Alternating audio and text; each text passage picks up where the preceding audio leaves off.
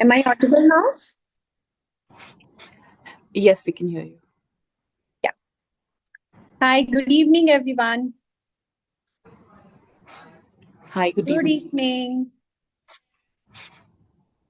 Good evening. A very warm welcome to everyone, my fellow Toastmasters, General Evaluator, myself, Richa Sachdeva, your Sergeant at Arms for today's meeting. As we all know, we all have a mission in our life. Same in our club, we have a mission too, where we provide a positive and supportive learning experience where members are empowered to develop their leadership and communication skills, which results in greater self-confidence and personal growth. With that note, I welcome you all again to meeting number 3 of Books and Banters Club. Before we proceed our meeting, let me establish few ground rules.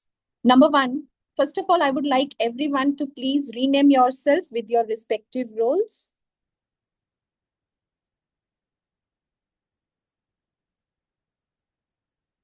Number 2, please keep your microphones muted so it will not disturb the speaker.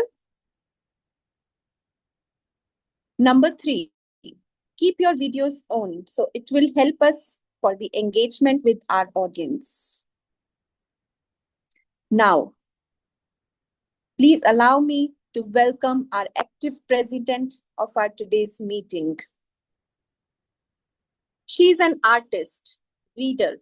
She's fond of travel and a writer, and she hopes to get her writing very soon published.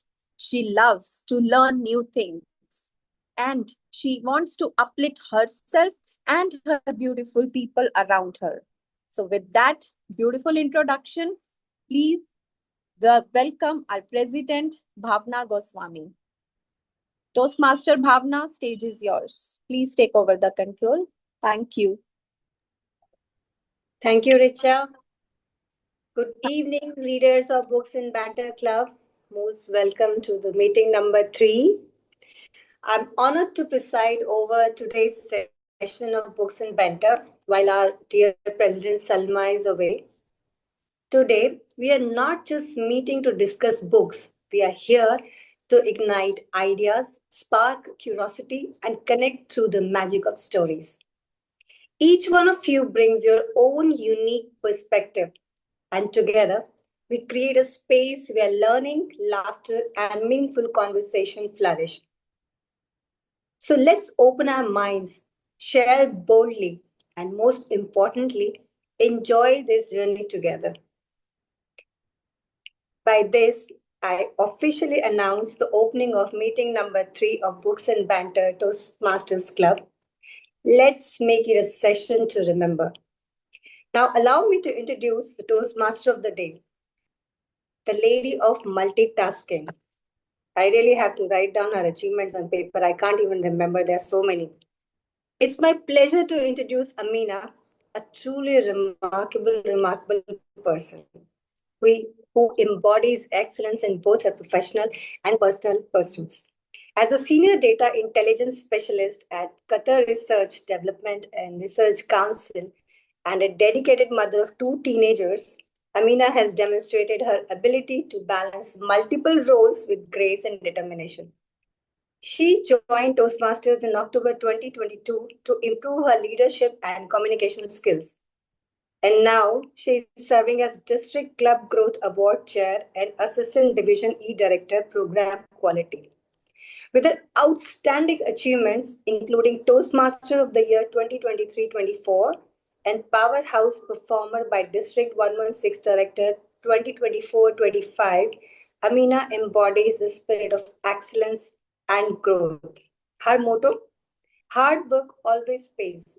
Focus on giving your best to whatever you do. Rewards will follow. So aptly said. So over to you, Amina. Best of luck. Thank you so much, Madam Presiding Officer, Bhavna. And I would like to welcome everyone this evening for an evening of reflection, an evening of learning. Just a minute, I'm just accepting all the people joining in. Yes. Can I assign somebody as a co-host? Just, can someone take, Bhavna, can I make you a co-host?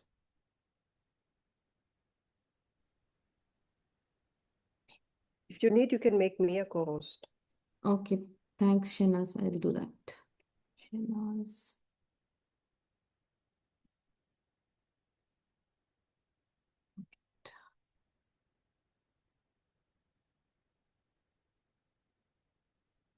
Perfect. Okay, so are you all ready to dive into Finding Me by Viola Davis?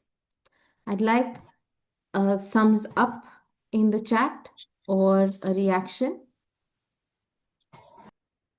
Brilliant. One of our first apartments was 128 Washington Street. My sisters and I ominously refer to it as 128. 128 is code for hell. When we first moved in, it was a normal apartment.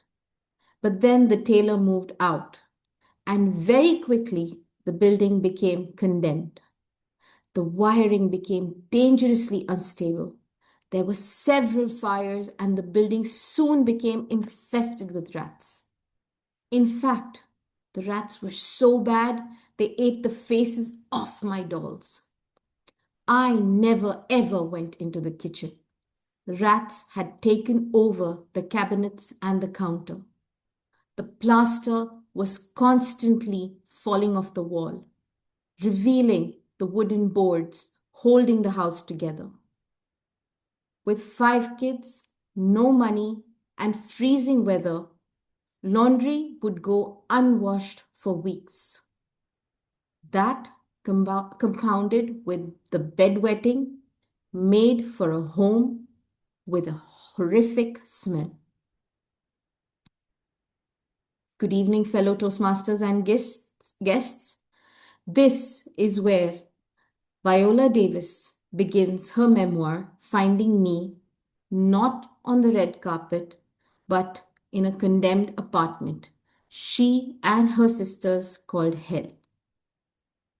From here, she takes us on a journey from poverty and invisibility to power and purpose. Tonight, as your master of chapters, I invite you all to walk that journey with me.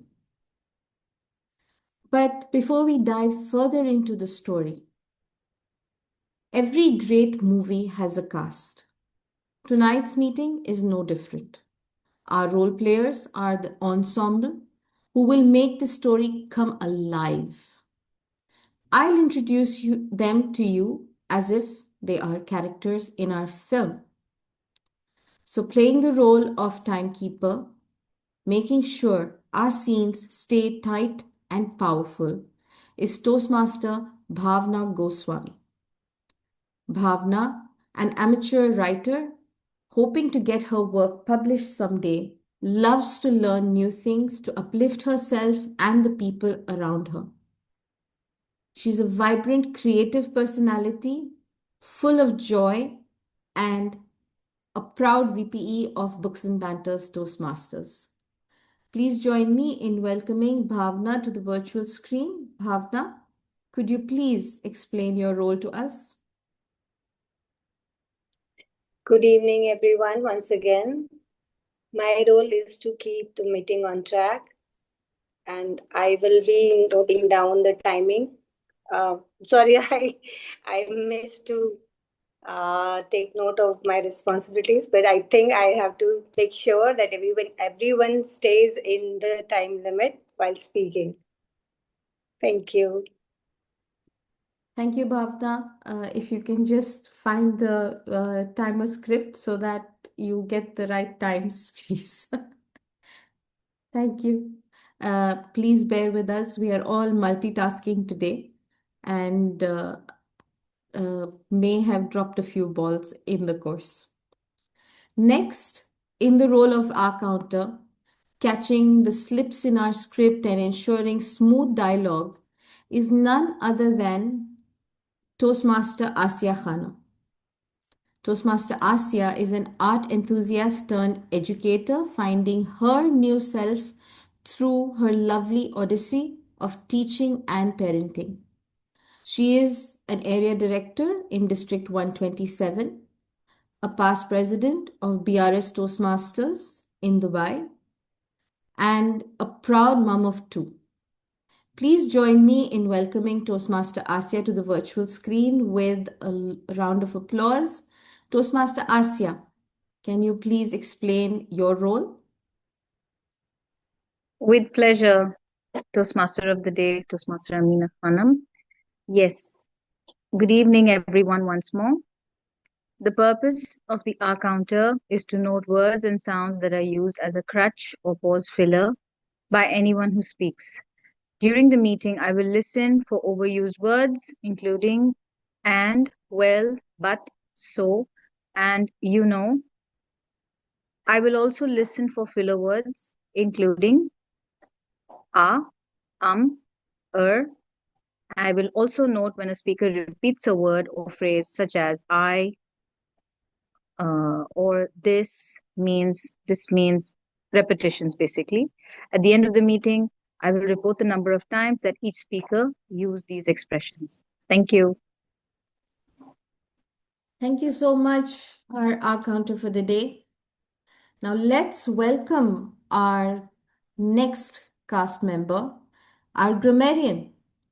She is the one who will polish our language and add depth to our words.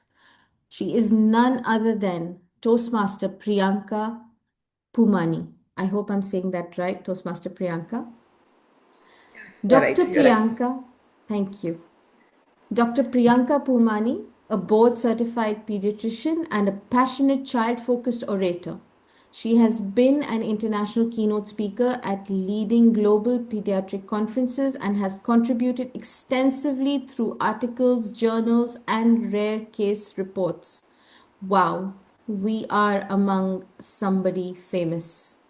Please join me in welcoming Toastmaster Priyanka to the virtual screen. Toastmaster Priyanka, please share with us your role. Madam Toastmaster of the Day and fellow Toastmasters, good evening to each and everyone present here. Proper words in proper places marks the true definition of style. Grammar is the logic of speech and foundation of effective communication, and without it, the total meaning will be lost. As a grammarian, it is my responsibility today to listen to everything that is said during the meeting and report the effective uses of grammar and any grammatically incorrect speech. As a grammarian, it is also my task to present the word of the day, which I hope that each and everyone will try to incorporate into your prepared speeches and table topic. For today's meeting, the word is propitious, which means auspiciousness or fortune. An example of using this word is a propitious forum like Toastmaster help us to grow with confidence. I encourage all the speakers to kindly try to use this word at least once in their contributions today. When you do it, I promise that I'll make a note of it and recognize your effort at the end of the meeting. Thank you one and all. Good luck to each and every one of you. Thank you. Thank you so much, Toastmaster Priyanka. I suggest that every time we hear the word of the day, all of us can share hearts as a reaction. What do you say? All agree? So let's make this a propitious meeting and enjoy together. I need to see hearts. Yes. And Madam Grammarian, I hope you've made a note of my usage of the word propitious. Now coming to the role of listener, ensuring every line of dialogue is truly heard is none other than Toastmaster Sania Hassan. Now, Toastmaster Sania is delighted to be here among passionate learners and speakers. She comes from a world where she wore many hats, from being a management graduate and assistant professor to taking a sabbatical to raise her two wonderful boys.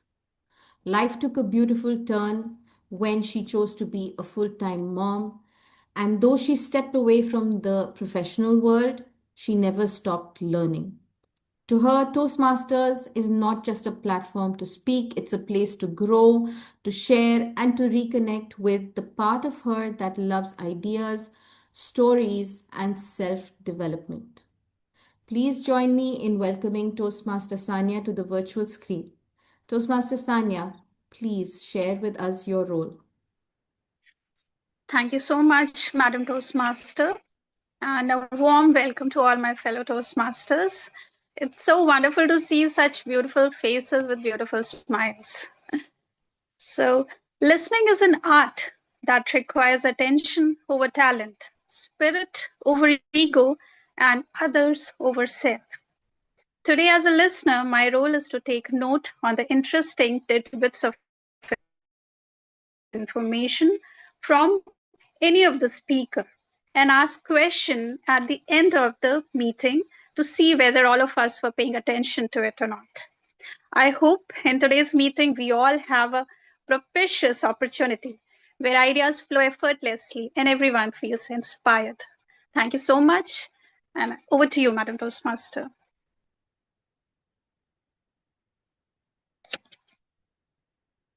Thank you, Toastmaster Sanya, for explaining to us your role. Let's have a round of applause for all our wonderful cast members today. They're going to make this meeting really smooth and successful, and we need to cheer them on to ensure that happens. Now, coming back to Viola. When I started the meeting, the narrative that I shared with you, that painted a picture. Can I hear from the audience? What were your thoughts on that picture? Anyone? What moment in her time do you think that was, firstly? It sounded very grim, I think. It sounded very grim, definitely. Anyone else? Sounded like she was frustrated, she was struggling. Absolutely. Maybe something that also pushed her to become who she was today, because she really wanted to get out of the situation she was in. Yes.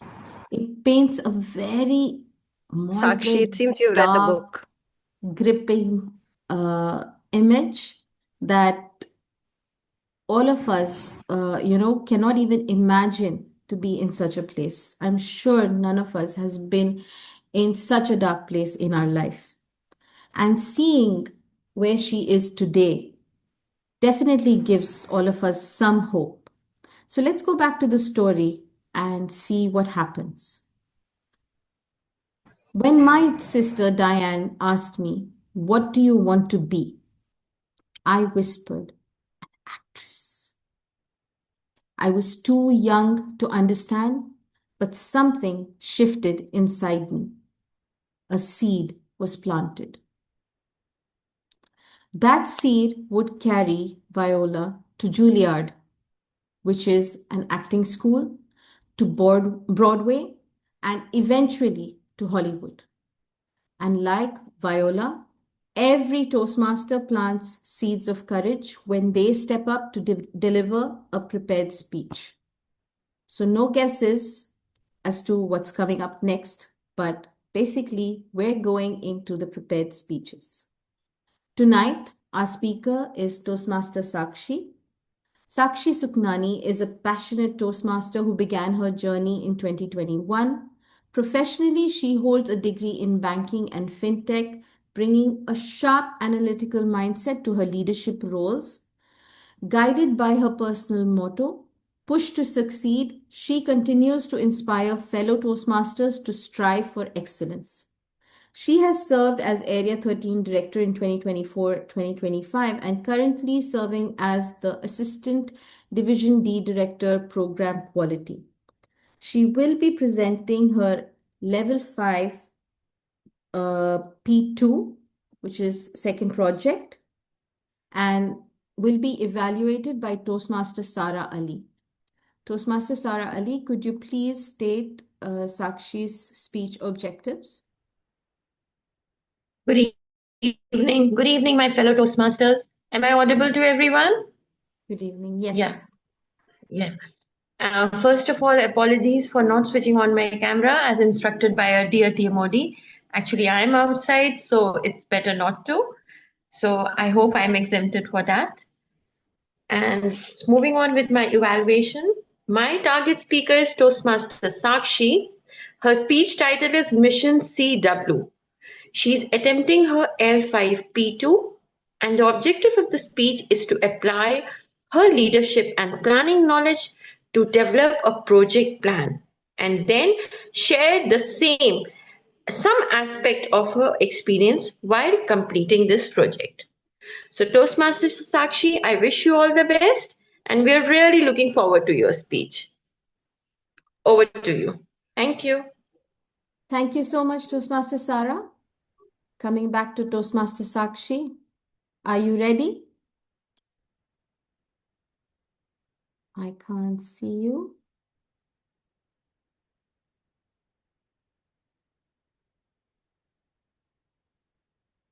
Ready, Sakshi? Yes, okay. Toastmaster Sakshi, Mission CW done. Mission CW done. Toastmaster Sakshi Suknani.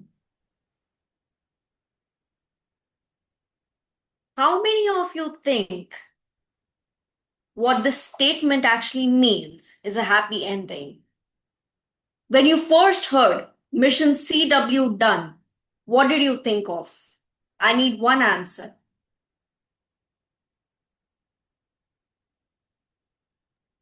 Something that you were planning to do got done. Got done? Optimistic or pessimistic? In a positive way, I believe. Well, you will see. I am firstly blessed that we have our general evaluator because she heard me plan about it last time. When I went back to a period of my time, 2021, there were certain steps I had followed, which I followed again this year, and I am going to, inshallah, do it well this year. However, this particular project is about my experience of the steps that I have applied already in 2021. So, before I even begin, CW is Charity Week Qatar. Charity Week is a global fundraising event held in the month of October, precisely from October 5th to October 11th, 2024, 2025, or whatever year. Now, as a university student, I was chosen as the institutional rep.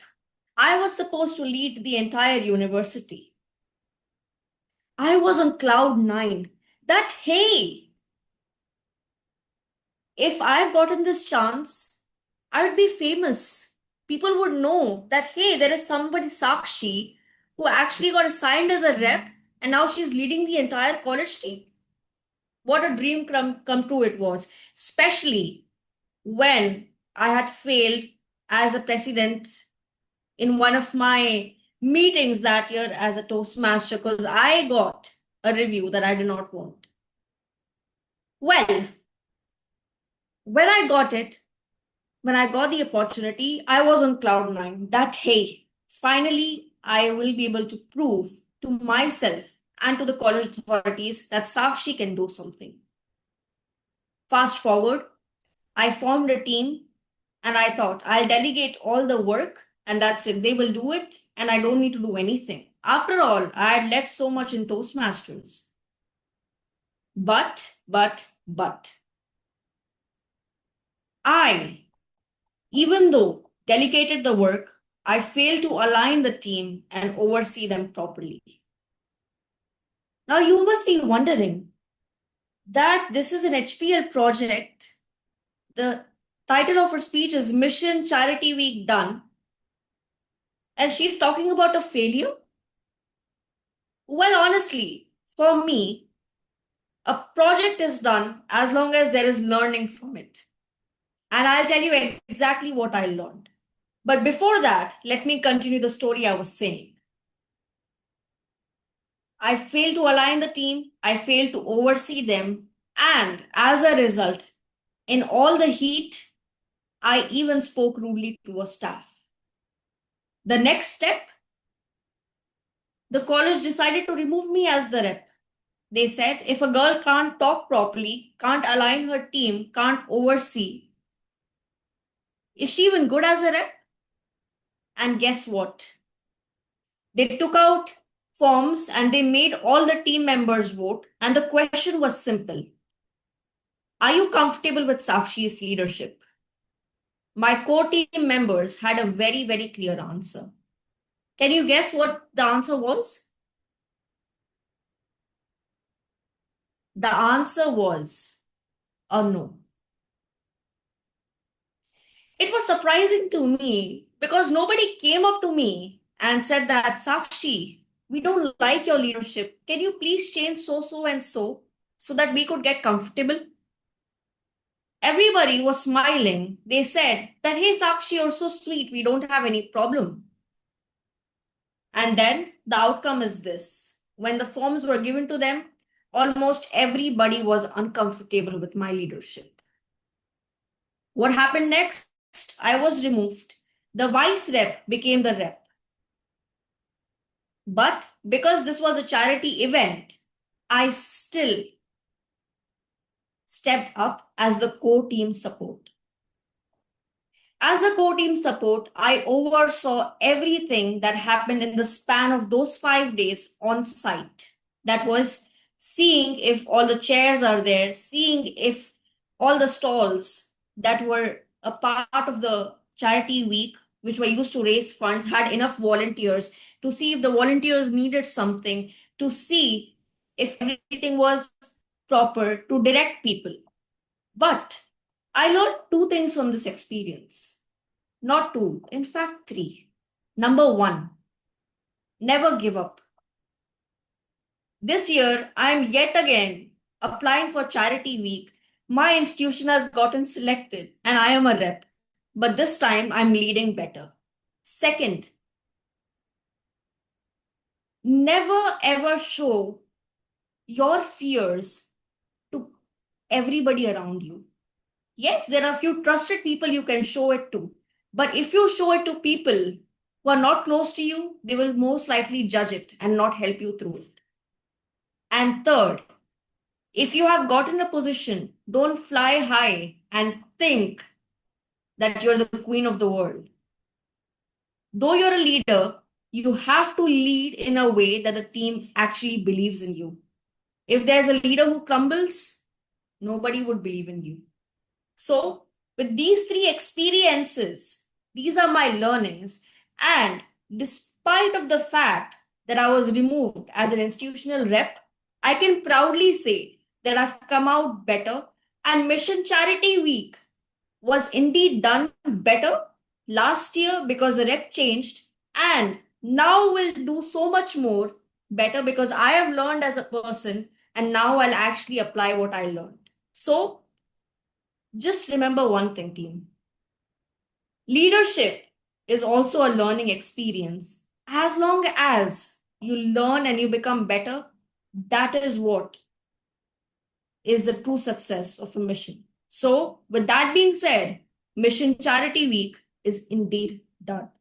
Over to you. Wow, let's have a huge round of applause for our talented speaker, Toastmaster Sakshi Sukhnani. Sakshi, I hope Charity Week is a success and I hope you continue doing it always because this is something that should be a lifelong thing, I believe. Congratulations again on taking that initiative to do it.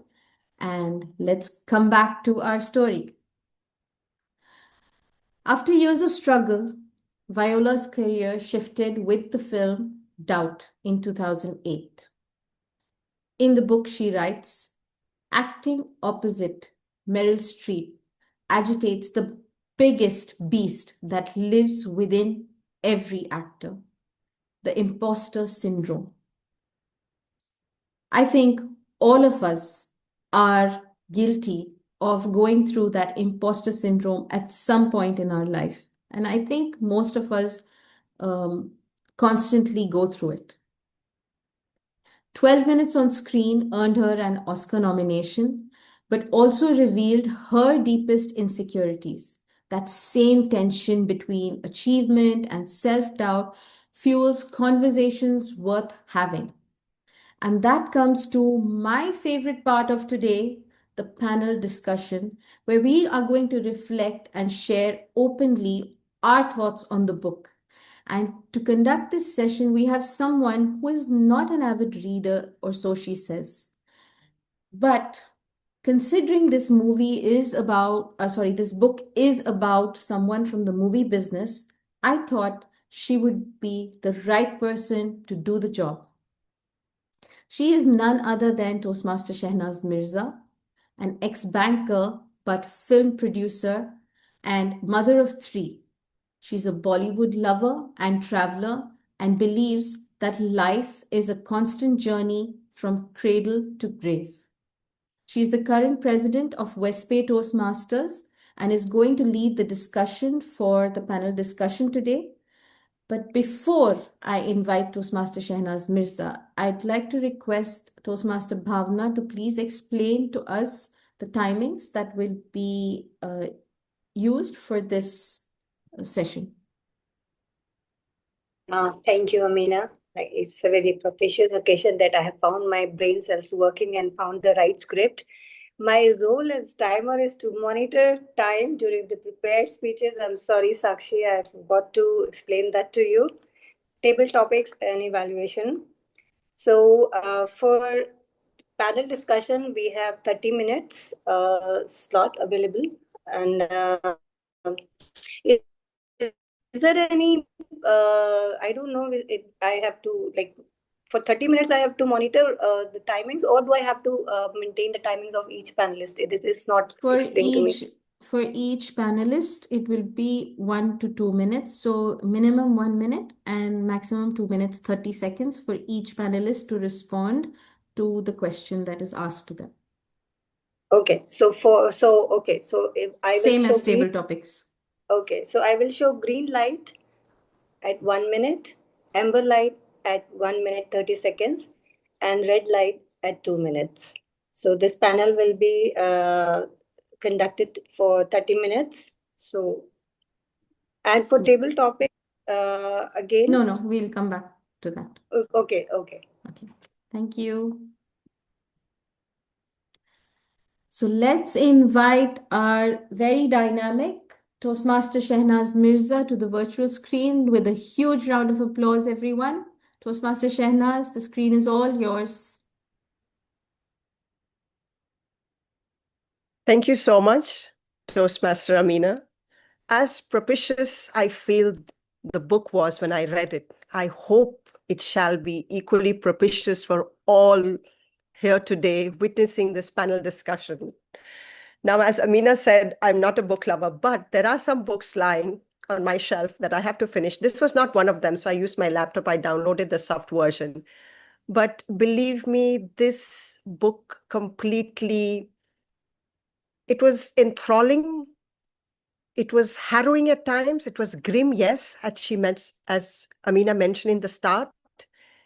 And the reality that a person can go through so much, it just screams out into your face. Having said that, we'll dive right into the panel discussion. I don't want to take up more time. And we have 3 panelists today who shall assist me in this entire process. We have Toastmaster Alvia Yusuf. She's a mother of 2 young boys.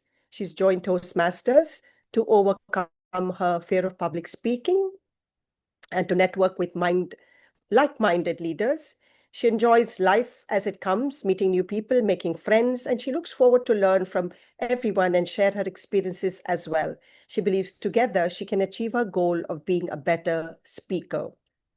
We'll applaud for all of them at the end. Let's hear for the second one. Our second panelist today, Dr. Nisha Mohammed. She's an Ayurveda doctor turned into an entrepreneur, Toastmaster from 2023, currently club president of BRS Toastmasters from District 127, which is in Dubai, and VP PR connected with people, happy and content with her small world, she says, her 12-year-old lovely daughter and her soulmate. Our third panelist and the final panelist for tonight, Naima Bashir. She's from MES Batch 2006. MES, that's the school. Someone who loves art and has a passion for reading. Moving forward in life, she hopes to keep aspiring and inspire others. Let's give it up for all of these three panelists for tonight. Sorry, I'm not able to spotlight Naima. Naima, if you can start your video, I can spotlight you, if possible. Actually, hi, good evening, everyone. I'm Good right here. I am outside, actually. That's the reason I'm not opening my camera. Okay, but I hope you will be able to answer to us and we will Yes. be able to do. Yes, Yes. okay, perfect. Some other meeting, but I've excused myself, so I will be able to answer it. No problem. All right, yeah. So we'll dive straight into the questions, and then later on, as and when, if we have more time, we can take it off a little bit more. Basically, of course, all of you have read it, at least the panelists have, and you will have your own ideas. So I'd like that we take it in such a way that we share what we thought about. So every time I ask you something, you can share this was your, of course, take on it or your opinion. And then if there's time left, we can have the other two panelists put in a word or two for the same answer, if there's something left. Otherwise, if there's no time, we have to just move forward. Okay. First question for Alvia. What was Viola like as a child? And you can maybe mention about the bullying that she was going through, or there were her parents that were fighting all the time. So could you elaborate in your words, what was she as a child?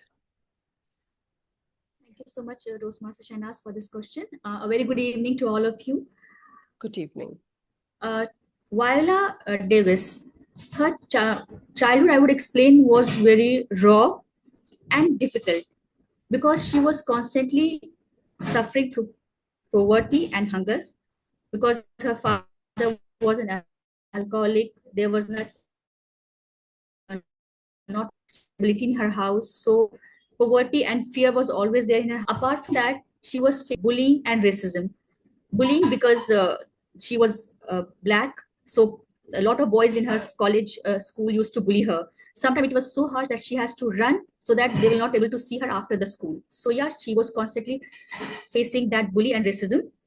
Fear and violence, of course, was a very strong part of her childhood, where her father used to drink alcohol, out, beat them. So that was there. Also, there was shame and silence because she felt that she was not heard. But despite of that, she was very strong. She always had this feeling that she will one day come out of this. She was very resilient, and she had this feeling that she has a bigger and better world outside this. And throughout the course of the novel, we found that yes, she had found a way to get out of this trauma of her life. So that's all from my side. Thank you so much. Thank you so much, Alvia. Anything you'd like to add, Dr. Nisha or Naima, to that part of it, her childhood? Anything? Otherwise, we proceed. I just like to add one more thing. I found her description, she started the book with this fact where she was challenged for a race with one of the white boys, and she being black, and she was bold in every narrative that you come across. You find her so bold, unapologetically bold. She used a lot of cuss words there, of course, but that was a part of her personality, and as she was growing up and all that she was facing. So yes, well said, Alvia. Moving on, Dr. Nisha, what was Mamama like? Mamama is Viola's mother. That's what she used to call her. And could you describe that character? And what was the kind of influence that mother of hers had on Viola? Good evening, fellow Toastmasters. Thank you, panel moderate, for that wonderful question. So, what should I call her? Mama Ma or Maya or Mary? Because her birth name was Mai. She says it's not May, Mai, but she changed it to Mary. Why? Because the name Mai was very common and she wanted something unique. That itself described her character. She's like, I felt it's between two. One side, she's a ferocious, lovely mother who will go to any end to protect her child. And the other side, a wife whose inability to get out of the severe domestic abuse she was suffering. And her character was in between these two. And in my view, how Mama's character affected Viola, due to the inability to control the domestic abuse, Viola's home atmosphere was not at all propitious, but it added to her depression, her mental irritation, frustration, like that. But on the other hand, her mom was a pillar of strength who will go to any end to protect her children. That is visualized in the first chapter itself. When Viola came and tell about the bullying she suffers, her mother is telling her, fight back. And it is again see when her mother jumps to catch and rescue Viola from a fire attack. So, and Viola had itself told her mother's strength seeded the resilience in her to fight all these and come out as what where she stands today. So that's my point of view about her character and how it affected Viola. Over to you, Pan, moderator. Thank you so much, Dr. Nisha. I very much agree as well that her resilience and her strength came from her mother because she was that guiding force all that while. And having said that, the chapter about the bullying, yes, that was also exactly perfectly when she said, I'm not going to come and fight all your battles. She said something to that extent where she lets her daughter fight for it for herself.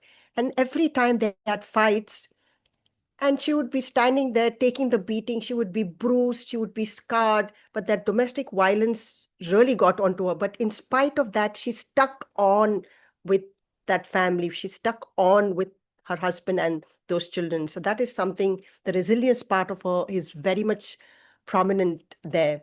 And there was another episode also when she was taken to the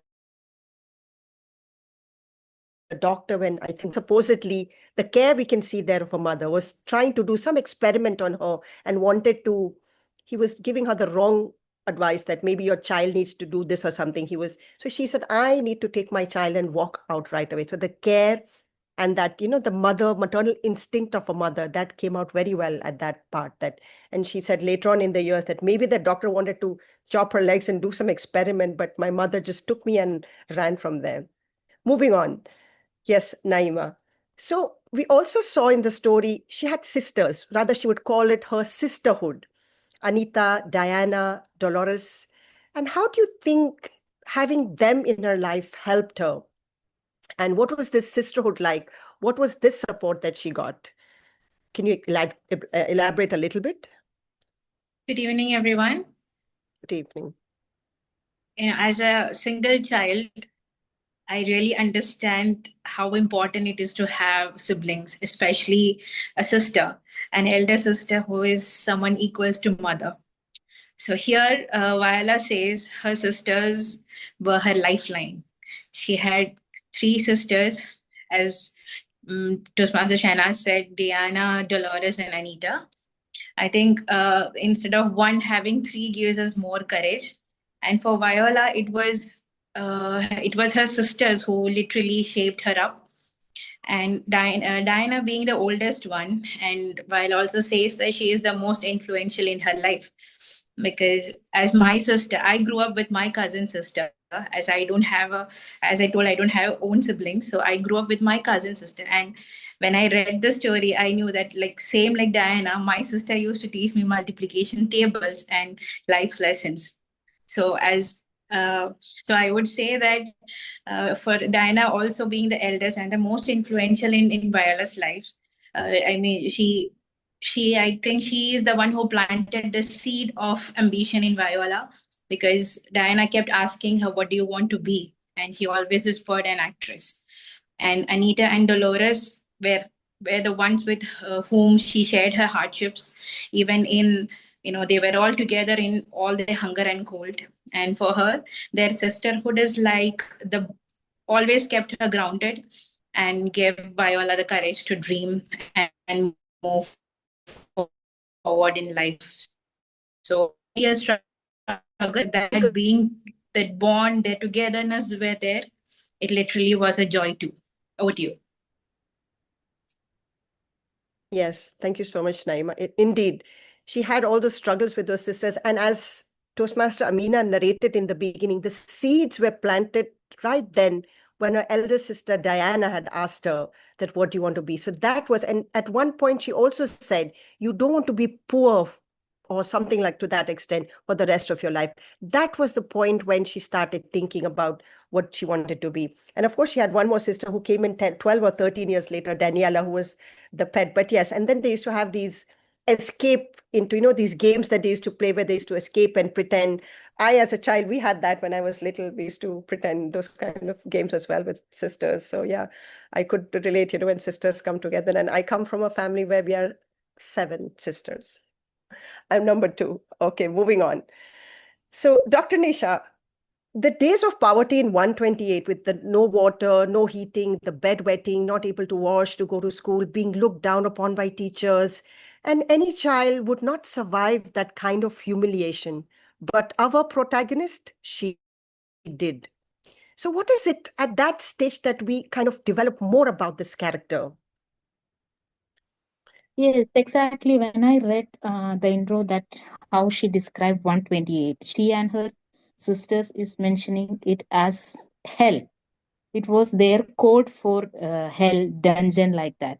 We can say an antonym for propitious, maybe. That was the condition where their apartment was. But what made her come out of it? What made her strong? I would say her wish to dream. And that seed was planted by her elder sister Diana when she asked, "What do you want to be when you grow up?" So she started dreaming. Even in spite of all the difficulties they were facing, there was no water, no electricity, rats running all around, frequent fire. The condition was very pathetic and they were really poor. But she kept on dreaming, what would I be when I grow up? What can I be? And that 128 itself showed the way. When she watched Miss Cicely Tyson portraying a character in a show, she realized being black is not matters, but the artistry can get out of her this dungeon and shape her future. She don't need to be poor. And she had some other pushing forces apart from her home. It was her school. She studied well there.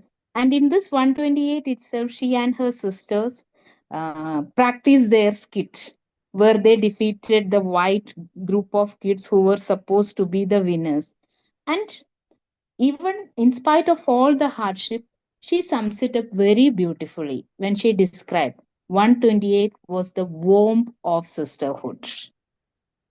Imagine that how she beautifully narrated it. Warm means a place where she, despite of all the struggle, and Yes, definitely. Well said. Well explained. Yeah. All those things that happen in spite of everything, she would just go on. That was true. And that mother's resilience, that came into her somehow, that there is no other option. This is the way we live. That's it. There is no other option. And the sister telling her that you don't have to be poor for the life. These were things I think that kept her going.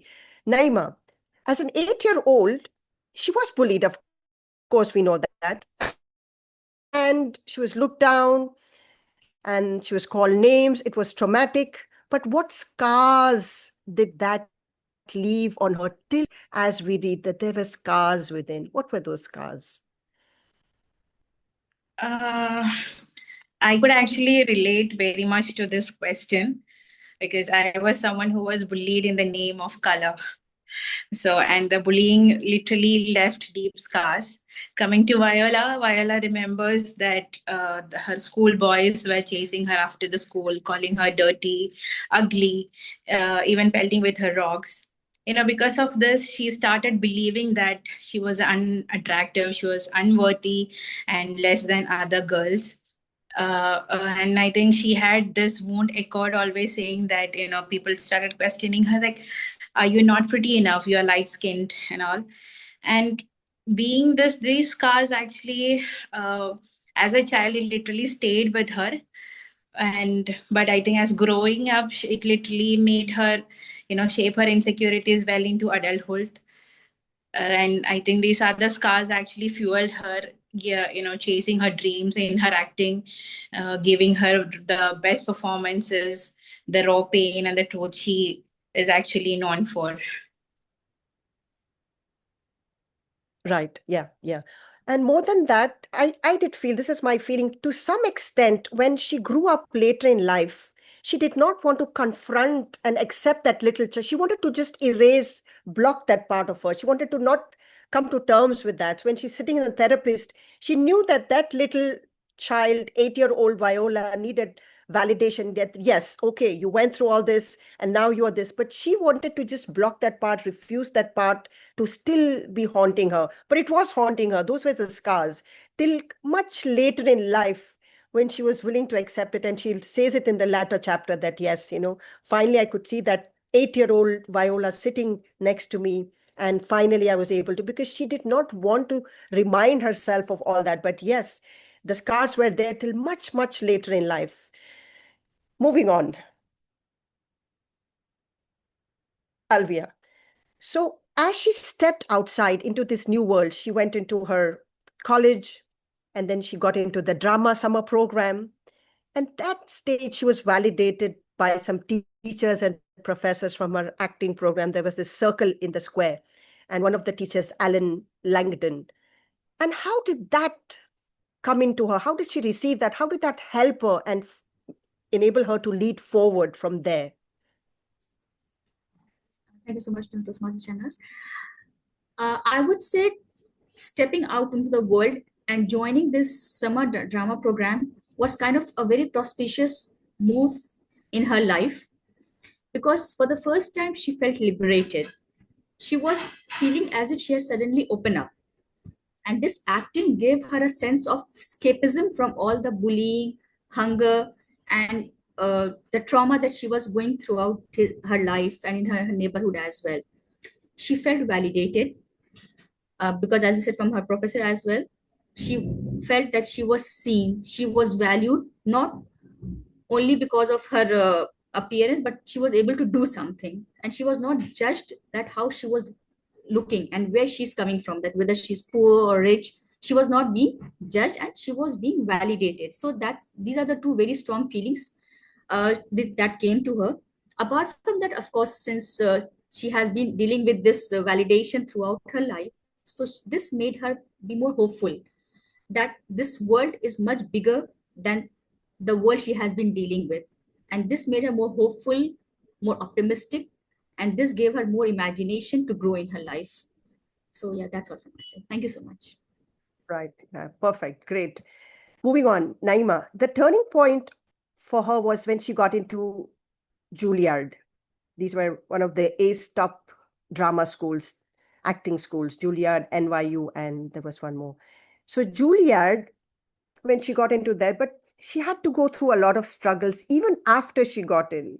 There was always the financial battles that she had to go through in all those 4 years.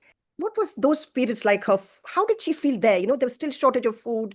There was still sometimes she had to struggle. What was those years like?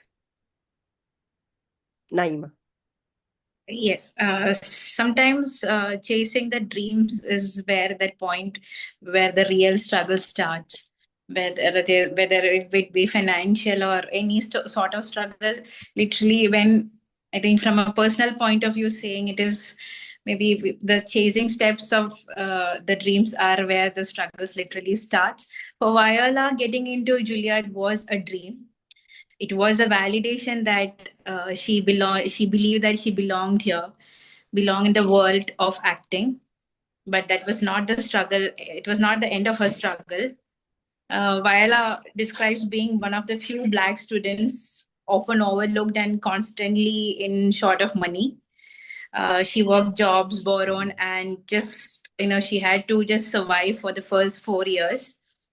And her acting training was not so easy going. The training was rigorous and emotionally draining. But being in Juilliard literally gave her tools what she needed. Showed her that she had a grit to endure. It was less about instant success, more about learning how to fight through adversity while honing her craft.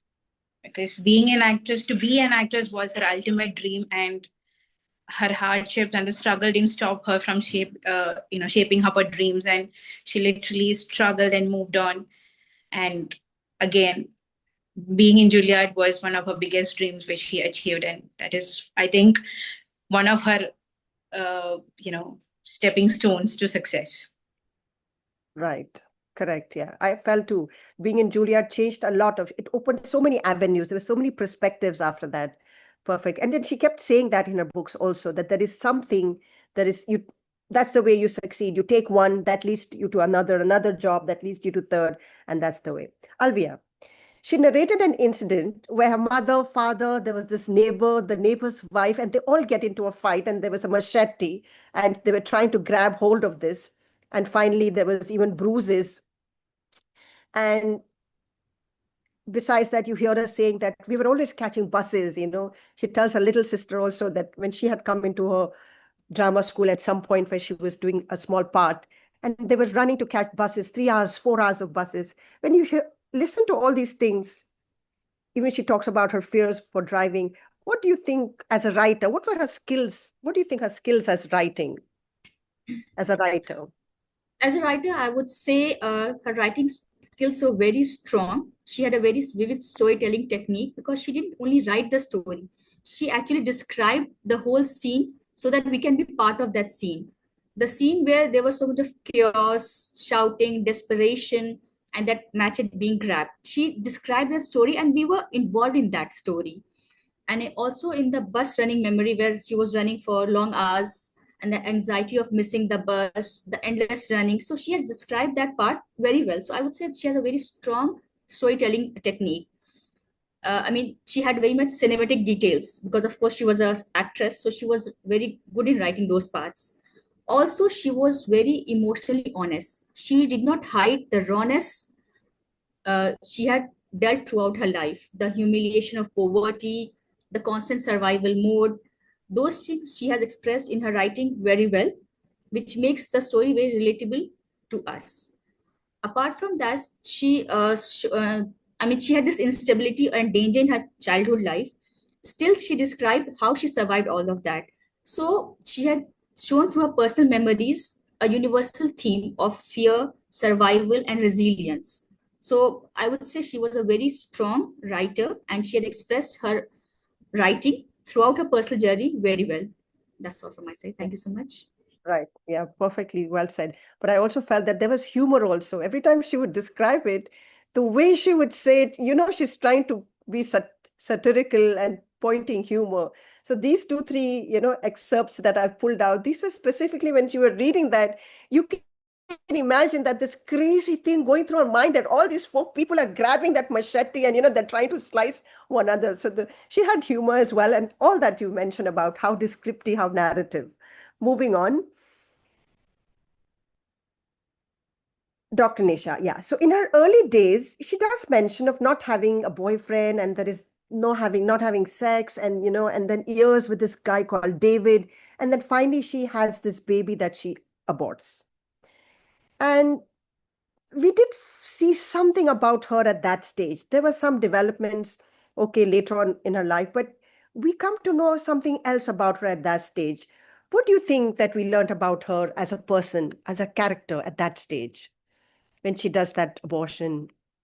Yes, at that stage, it's really can be resonated with every one of us. That is the unpredictability of life. because she was 2 weeks away from her graduation, for which she was worked really hard. And 2 weeks before her graduation, she had done the headshots ready for her artistic world and everything. And she woke up sick, vomiting, pain, fever, and she realized she is pregnant. Her boyfriend, they were in relationship for 7 long years, but still she describes him as someone who is not available for her, and she have a dream and she is surrounded by so many struggles with her. She is in a stage where she cannot continue this pregnancy, and so she have to decide to terminate it. There itself she shows how different scenarios people reach a hospital or clinic either to abort maybe miscarriage. There was a lady who was doing abortion because she cannot afford a baby further. She already had many. And there was a little girl who was crying. She wanted her mommy that side. But even after doing the abortion, it touched me really. It touched me when she was like finding excuses to say to God, I did it in a state of despair, because she clearly mentioned there this is a scar, it is going to last long. However, she moved ahead. It shows the vulnerability. Why it touched me? Because I'm a mom who lost two babies. I had two miscarriages. I had moved on, but I know that scar is will be there. It is we will bury it and we will move over. That's what she said. And she was desperately praying to God. This was not a this thing. I was in such a situation. I know it was a life. So it showed the poor vulnerability of every person when we face un what I can say unforeseen situations in our life. Over to you. Yes. Yeah. Thank you, Dr. Nisha. And also one last thing. I felt at that stage that there was the purity of her heart that we could see. She was not that bad at heart. She was a good person, but of course, circumstances and all that led her to. So at that part, when she talks about how she felt after it, we see that she was in her heart a genuine person, a pure person. She didn't want to like kill a baby, but she had no other option. Last set, Alvia, one lesson, one takeaway that you as a reader would like to share with all our listeners today that you learned from this story of Viola Davis? It's a very beautiful question. From this story of Viola, I could find that finding that our past doesn't define us, but facing it honestly and dealing with it is the best we can do with our life, because we are not able to control our situations. We don't know where we are going to born, how our family will be. That's not what we choose, that's what is given to us. But what we can choose is how we deal with those situations. That matters the most. All the abuses, the shame, poverty, instability, fights, all those trauma could have destroyed her, but yet she chose to stay strong, to confront them, to open to the world. She was very open and confident that she was showing her that side of that to the world. She was not ashamed of that. So we cannot control the situation, but we can decide that how we can respond. That's the best takeaway I can find from this story. And also, vulnerability is one of the strengths. By sharing her rawest side of her life, she gave other permission and other the strength and courage to deal with their situations, whatever each of us face. So yeah, these are two very strong things that I take away from this story. Thank you. Brilliant. Yeah, I wouldn't agree less. Brilliant. Naima, one characteristic of Viola that you felt stood out the most or that completely gripped you the most? Naima, could you elaborate? I would say two. One is resilience, and the other one is determination. From surviving the hunger away from the bullies at the age of 8, and enduring all that humiliation that she was being told that she wasn't beautiful enough. She fought it all. She kept fighting no matter what. And the determination she had to keep her dream alive, to keep her the dream of being an actress. She chased all the hurdles without any fear. She was ready to struggle. She was ready to work. She was ready to do every kind of job just to make it there, that, to be that actress. And in the story, she, and until she achieved, she never stopped it. And she wrote that, I knew my life would be a fight, and realized this, I had it in me. So that determination of keep going, no matter how deep her scars was, no matter how badly she was, she had to be in those situations, that never defined who Viola is, and and and that never defined her story. So I would say it is resilience and determination that made Viola the Viola who is today. Perfect. Yes, brilliant. I too believe determination, great resilience. That was her. Lastly, Dr. Nisha, do you think that ultimately Viola found herself? And if yes, what were the words as a reader that you felt when she spoke about it? What were those words that made you feel, yes, she found herself? Yes, I believe ultimately Viola find herself. Because in the beginning of the book, when she describes her experience with the therapist, the one thing the therapist is advising her again and again is let go and embrace that 8-year-old who started all this, suffered all this bullying. But Viola was trying to push it away. She was telling the counselor that it is the adult herself needs this, but he keeps on advising, no, the inner child in you, that 8-year-old should heal. And in the end of her memoir, she embraces that 8-year-old, and she proudly says, I'm from Rod. I came from a place of struggle, but I'm proud of it. I'm not ashamed of her life. So in nutshell, Viola gives us a beautiful lesson. However grim, desperate, whatever bad or struggle abuses may happen in the past, it is not going to be our permanent address. A propitious future is waiting ahead for us if we are resilient enough to come back, and if we are ready to embrace whatever default we have in with us. If we are ready to share, if we are ready to open it up with other people, then you will definitely feel free, and you are free from what all sufferings you had. So I believe by the end of the book, Viola did find herself. Over to you. Yes, thank you so much. Yes, Dr. Nisha. Indeed, I too felt very strongly with all that she did find herself. And there was this one little part also where she was talking about how we're just following what has been passed on to us. And she was trying to build her own world, even if she was black, if she was ugly, that's what who she was.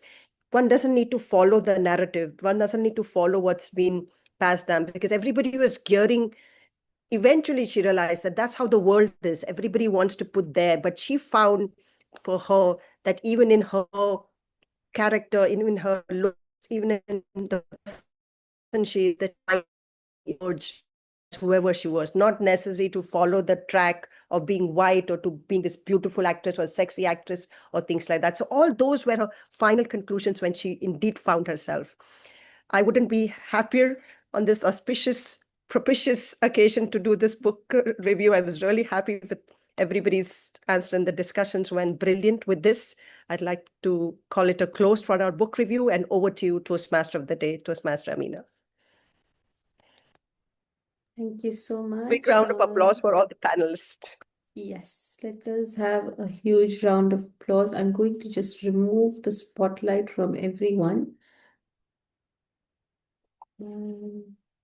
So please bear with me. Anyone else? Alvia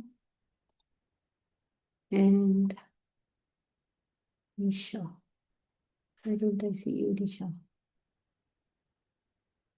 Panelists, okay. So can we have a huge round of applause? Unmute yourselves and let's give it to our panelists and our fantastic panel moderator. I think that really deserves, if we were there in person, if we were meeting in person, I think this panel discussion deserves a standing ovation. It was that gripping, that riveting. Truly, truly enjoyed the discussion. I can speak for myself. I don't know about our audience, but I think our audience too enjoyed because I can see the applause on the screen. For those who were moved by the story, the discussion, please share a heart. For those who were just blown away by the narrative, please share a rocket. And let's move on to the next part of our meeting today. For the next part, we have a little bit of a surprise. So, Viola transformed television as Annalise Keating in How to Get Away with Murder. How many of you have watched How to Get Away with Murder?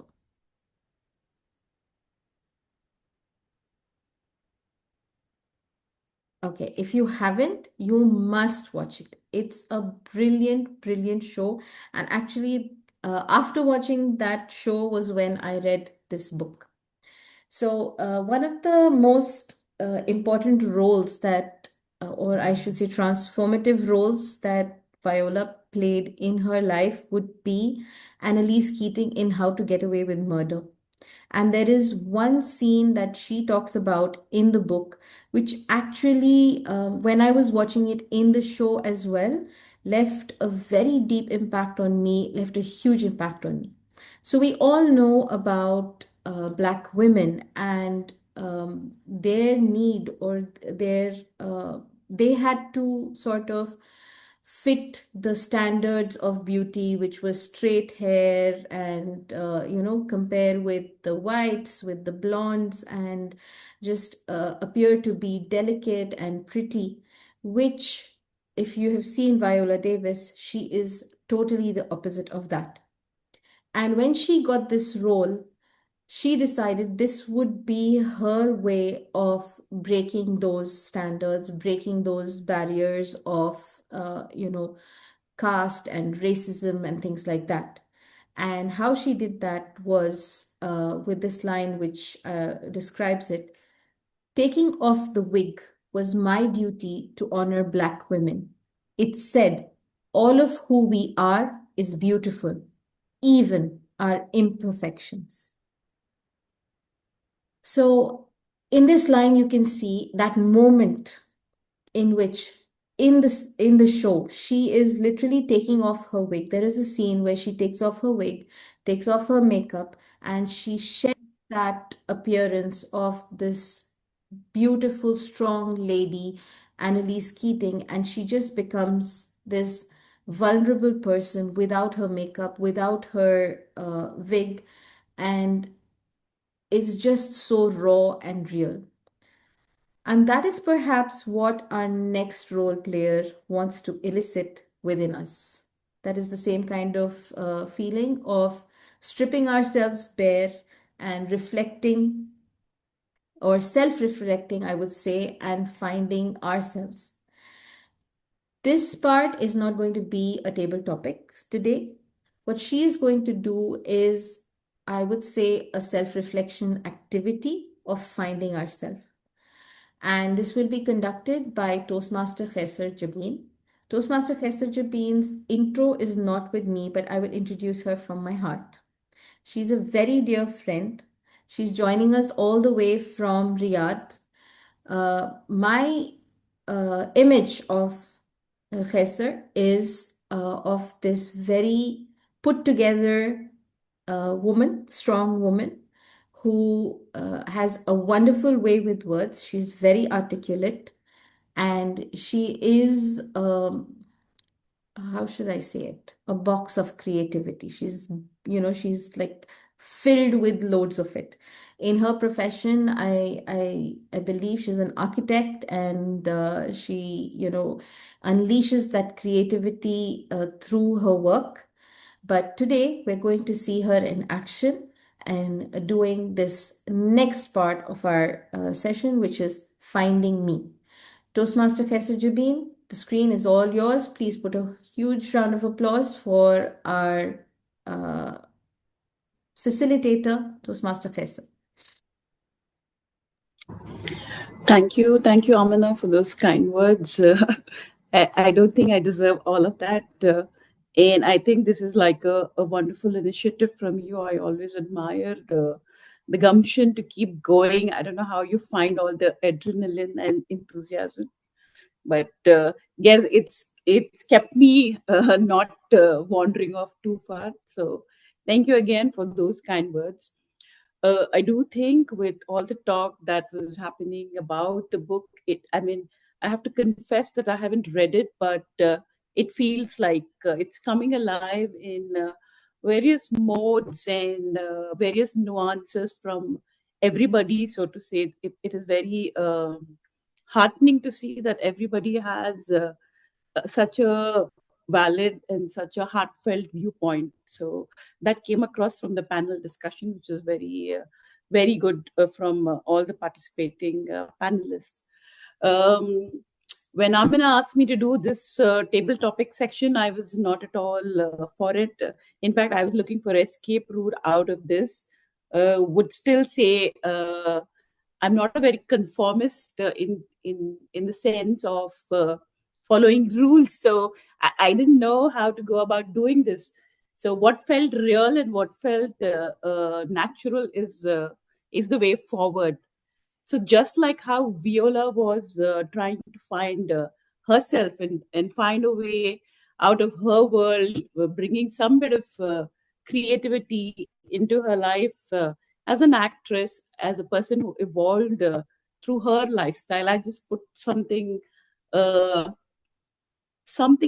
to that, and I do know that this is going to be propitious for all of us. So just like we have chapters of growth and struggle and triumph, okay? Tonight, I would like all of you to intrinsically discover which of the story characters you are playing, okay? And I'd like to host this small, quick personality quiz. So what I would request is please answer honestly as far as you can. The only thing required is like just make a note of your answers. These are like what do you call it? What's it called? Multiple choice question. Yes, multiple choice. Thank you. So it's like multiple choice question. It's a deep question with simple answers. It is, but dwell before you choose and just make a note of that so that I can enlighten you as to what is it that's unfolding by the end of the quiz. So to get started, we need our pen and paper, yeah? Yes, please. If you can give me a thumbs up saying that you're ready, I can get started. Thank you, ladies. So the first question, beginning from the beginning, so to say, the childhood challenge. Now, Viola, we all know, had a very tough childhood. Yeah. As at the beginning, as Amina described and our panelists have contributed, she had a tough childhood and she faced bullying. Both her internal and external environment was very tough. So if you put yourself in such a situation, yeah, so what is your response to a environment like that? So your choices would be escape into imagination. Okay, so that's A. B is you tend to lean on family and friends. C would be you're the sort who will quietly endure it. And D is somebody fight back. You're the person who's a fighter and you fight back. So repeating the options, A is you're the sort of person who escapes into imagination. You're somebody who leans on friends and family. You're the one who quietly endures it, or you fight back. So ladies, put your options for A, B, C, and D. If you're done, I'd like to move to the next question. Can I have a thumbs up if you are done, please? Thank you. We have one gentleman too. Oh, okay. So I have to accommodate ladies and gentlemen, right? So pursuing a dream, okay, everybody has dreams, and we'd like those dreams to be actualized through the phases of all our lives. Yeah. So as a kid, you have a dream. You're a young adult, you have dreams, and you dream as a professional, as a mom, and in all sorts of roles, we have dreams that we pursue. So if you have to slot your dream and how you approach it and how to actualize your dream, what would you think you do? Do you prepare endlessly as option A? Are you the sort that who crams? Do you prepare endlessly?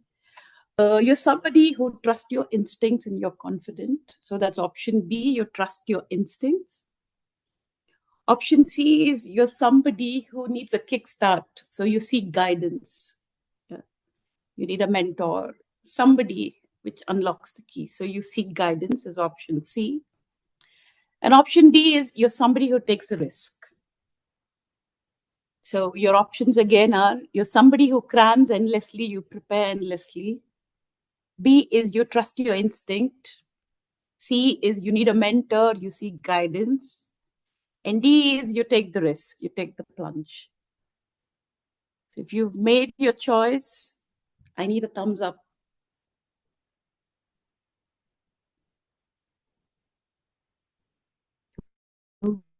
Quick.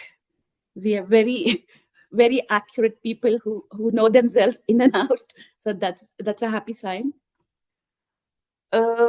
Moving to the next phase. So everybody pursues dreams, and once you reach fulfillment of that dream, so you get fame or fulfillment, that's a choice. That also reflects with Viola herself. So fame versus fulfillment, what matters to you? Dwell on that question. Option A would be global recognition. You're somebody who would go for global recognition.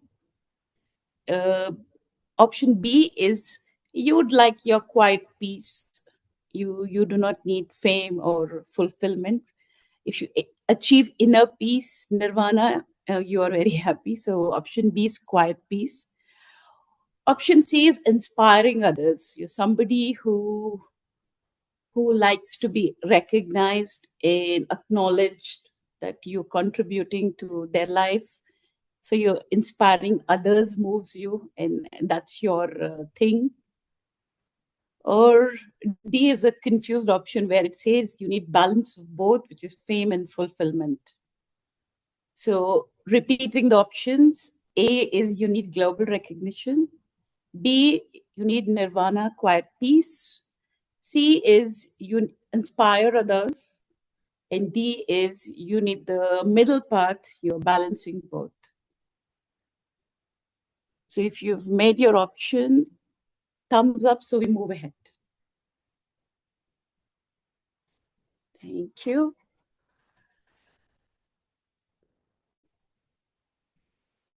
Question goes to all the ladies' hearts. I cannot speak for the men, but I'm sure it matters equally. So family versus relationship, what matters most in a relationship? Okay. So you are a supportive partner as an option A. You're somebody that a family feels like home. So that's option B. Option C is friends who feel like family. And D is independence. So the question is, what matters most for you in a relationship? A supportive partner, option A. Option B is a family that feels like home. That's what you're after. Option C is you need friends who are like family, or you prefer to be independent. I, me, myself. So please make your choice A, B, C, and D. If you've done the choice, we'll move to the last question. Do you want me to repeat the question?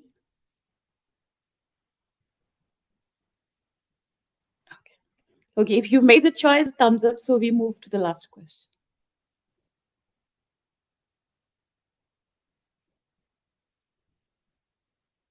Ooh. All right. Defining yourself. Everybody likes to be defined by others. Everybody looks for acknowledgement, but rarely does one reflect to think, how do you define yourself? So put some brains into what trait defines you the most. Taking cues from Viola's book, is it A, resilience? Is it B, ambition? Is it C, compassion? Or is it D, creativity? All attributes from the book itself. So see which one you associate most with. I repeat my options. A is for resilience, B is for ambition, C for compassion, or D for creativity. Could you repeat the question? Defining yourself, which trait, which characteristic defines you the most? Is it A, resilience? Is it B, ambition? Or is it C, which is compassion? Or is it D, which is creativity? Thank you. You're welcome.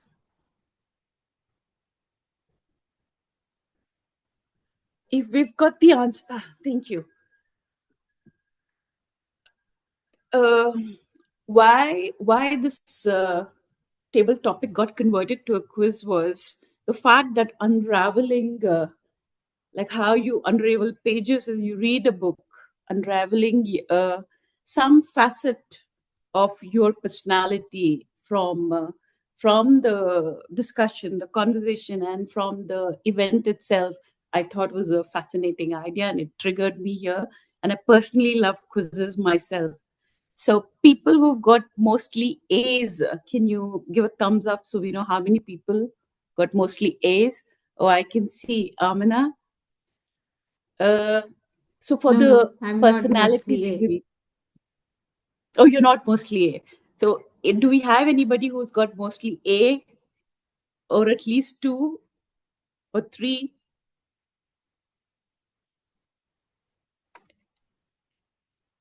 If we do not have anybody, then I'd go to mostly B's. Do we have anybody who has mostly B's? I have A.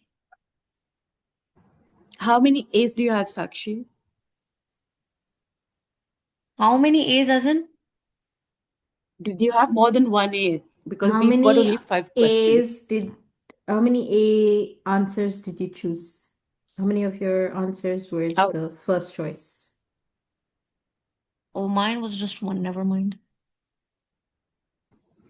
Okay, we need at least more than one to be slotted into that. So if I move to the second option, is mostly B's, whilst just to say that mostly A was the dreamer personality type. Okay, so it looks like we don't have the Phoenix dreamer, because like Viola, escaping hardship through her imagination and resilience, her creativity, it was that facet which was reflected there. So do we have mostly B's? Anybody? Any? So the mostly B's was the, okay, we've got somebody there. Mostly B's was the connector guardian kind of personality, because family and belongings are their anchor types. They are very loyal. You are loyal, nurturing, and you value peace over applause. Like Viola's mother, May Alice, you draw strength from community and inspire others through care and steadfastness. So that's good going. I hope you take it with you and feel connected on that front. People for mostly C's is the emphatic learner. Do we have anybody with mostly C's? Okay. Oh my God. All right. So I think in this platform, it's a given, because everybody's here to learn and move ahead in life. So the emphatic learner is humble, compassionate, driven by purpose.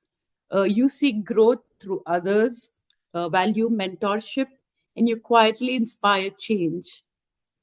Like Viola's siblings and teachers, you believe in shared strength and collective resilience. I think that calls for applause. It's so very apt to the platform, to the book, and the theme itself. It's a propitious sign, I'd say. For the last category, which is mostly D's, it's the trailblazing maverick. Do we have anybody with mostly D's? Okay, I can see Shahnaz. So people for with mostly D's, you're independent, bold, and risk embracing. You define your own path, break barriers. Much like Viola stepping into Juilliard in Hollywood, creativity fuels you and authenticity is your true power. I think kudos to that. I think with the panel discussion, how it went, I think it's a good reflection of that bit. I think the book in itself and the takeaways and the manifestation of the book by everybody here, I would say it's a step ahead for club itself. I'd see it coming into being because when I was trying to join and I questioned the purpose, it did not seem like it could be manifested. But things happened and all for good.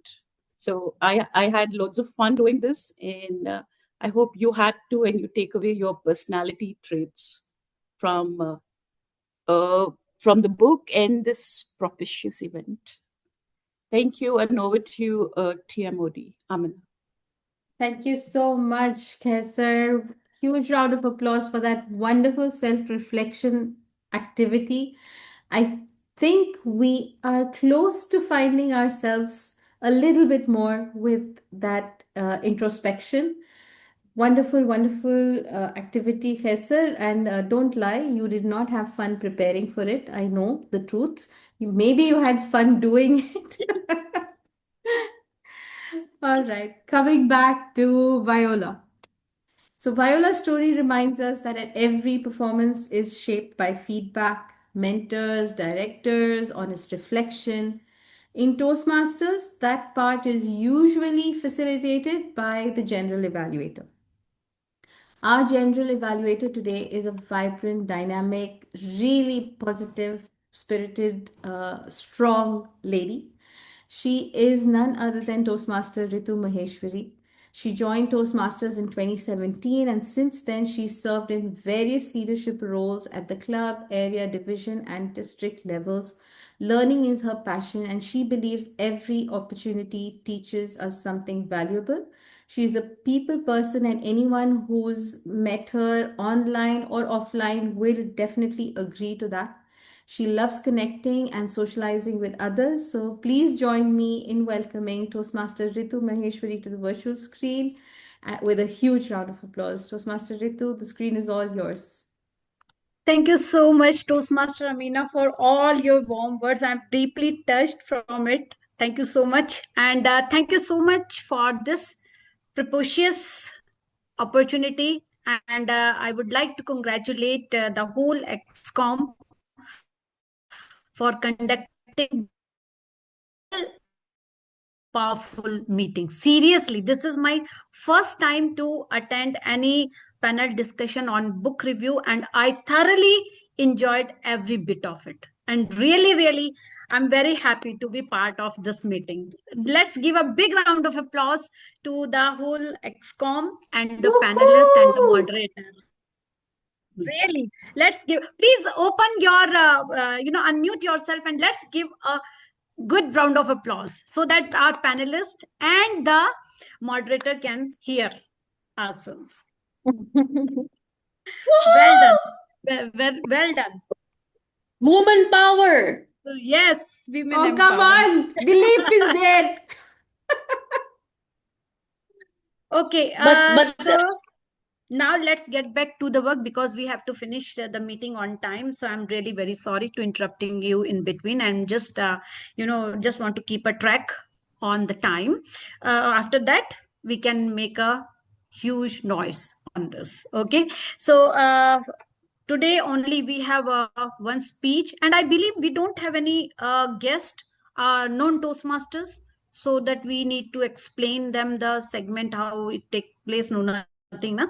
Okay, then we straight go to the prepared speech section, and where we have only one speech that is given by Toastmaster Sakshi, and her speech has been evaluated by Toastmaster Sara Ali. So Toastmaster Sara, yes, I have to introduce her. Sorry.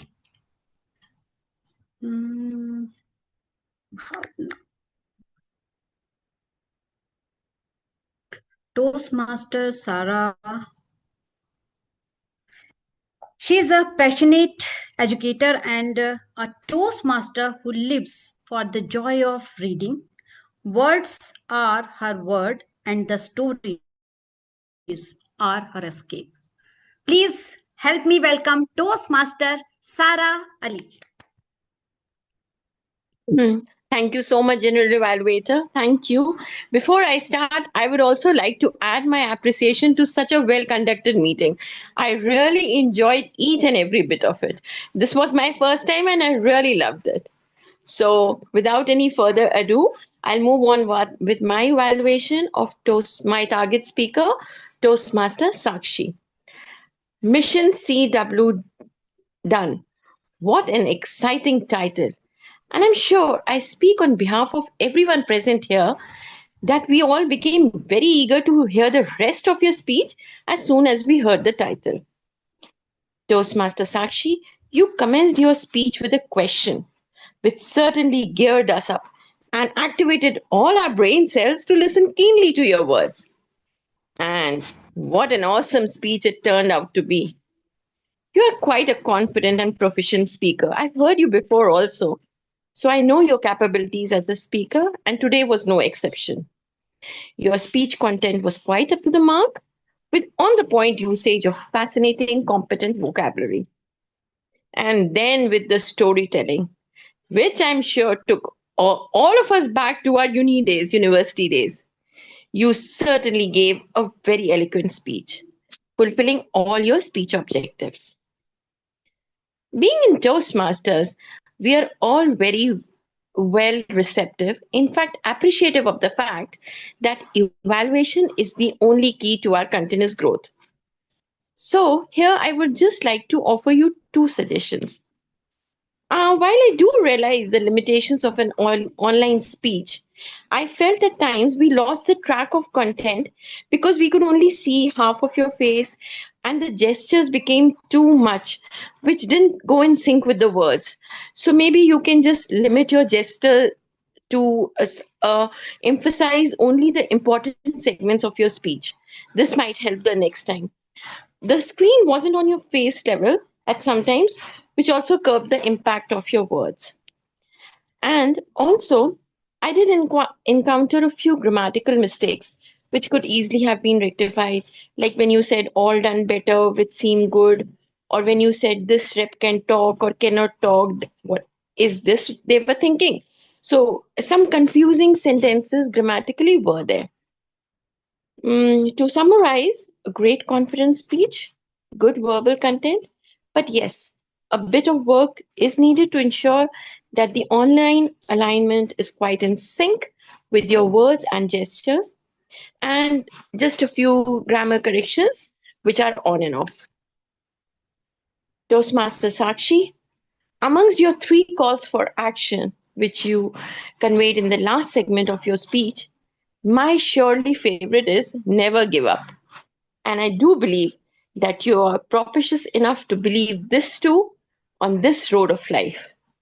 Wishing you all the very best for your next speech. Thank you so much. Over to you, General Evaluator. Thank you. Thank you so much, Toastmaster Sara, for such an encouraging evaluation. Since it is level 5 project, okay, so I'm going to be little candid. I know, Toastmaster Sakshi, you will not be happy to about it, but see, this is for our betterment and we all are here to learn more. Okay, so that is why I'm just telling you, it's not easy to talk about your failures, and you really need to be bold. And today I truly appreciate your spirit that you came forward and you speak about your failure and then the lesson you learned. But here, the project is to talk about any project you have successfully completed and you have lead a team. Okay. And here we didn't get proper any project which you have completed under your leadership. So I would suggest you, if you just, repeat this project again and give us proper details how you have completed, who all were in your guiding team, how and about and project. That would be better. That is okay. You have talked about your failure, about your this thing, you lesson learned, but here the objective of this project, because this is level 5 high performance project, so we have to be little more observant about how we are doing. This is level 5 project. Okay, so I would really suggest you, Toastmaster Sakshi, to just repeat this project again and just give us something where you have successfully completed your project. I hope you will do it. Okay, so now let's move on to the second segment, that is our taking the reports from the role players. So first we have to take the report from the timer. Are we on time? Madam Evaluator, General Evaluator, we are running a little late for the meeting to be concluded. And I would give you the report for the speeches. For prepared speech, the speaker took 7 minutes, 25 seconds. So she exceeded the speech by 1 minute, 25 seconds. The panel discussion was within the time limit. And the second panelist took exceeded 1 minute each for 2 questions to answer. And evaluator was within the limit. So yes, all the speeches and evaluation is within the limit. Thank you so much for your crisp report. And you really, let's give a big round of applause to Toastmaster Bhavna, as really she projected us how Toastmaster wears so many hats. And today she is doing it. So let's give a big round of applause. Really wonderful job you are doing, Toastmaster Bhavna. So next is our counter, Toastmaster Asiya. Thank you, General Evaluator. I'm going to make this quick due to the time constraint. Thank you so much. There was a various usage of crutch words. The most common is as our winner, used by our TMOD, Toastmaster Nisha, a lot by Toastmaster Hesser and Toastmaster Jabin, Toastmaster Ritu once, and yeah. Then we have a variation with Toastmaster Naima. She used so and like, and there's an extra crutch word used by Toastmaster Shehnaz, which was of course, used a lot. That's about it. Let's continue with this propitious meeting. Thank you so much. Thank you so much, Toastmaster Asiya, and I will try not to repeat this again. Okay, thank you so much. So next is our grammarian, Toastmaster Priyanka.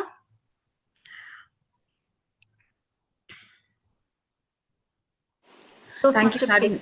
Yeah, thank you, Madam General Evaluator and fellow Toastmasters. It was indeed a propitious evening filled with words that reflected clarity and creativity. As we wrap up, I would like to share my observations. I observed that most of the speakers used a simple and effective language that was very easy to follow, and some of them beautifully used vivid vocabulary that added delicacy and colors to their speech. And I could, some of them are racism, resilient, protagonist, confront, validation, optimistic, pessimistic, desperation, vulnerability, and satirical. Some of the good phrases that I could notice were, there was shame and silence as she was not heard.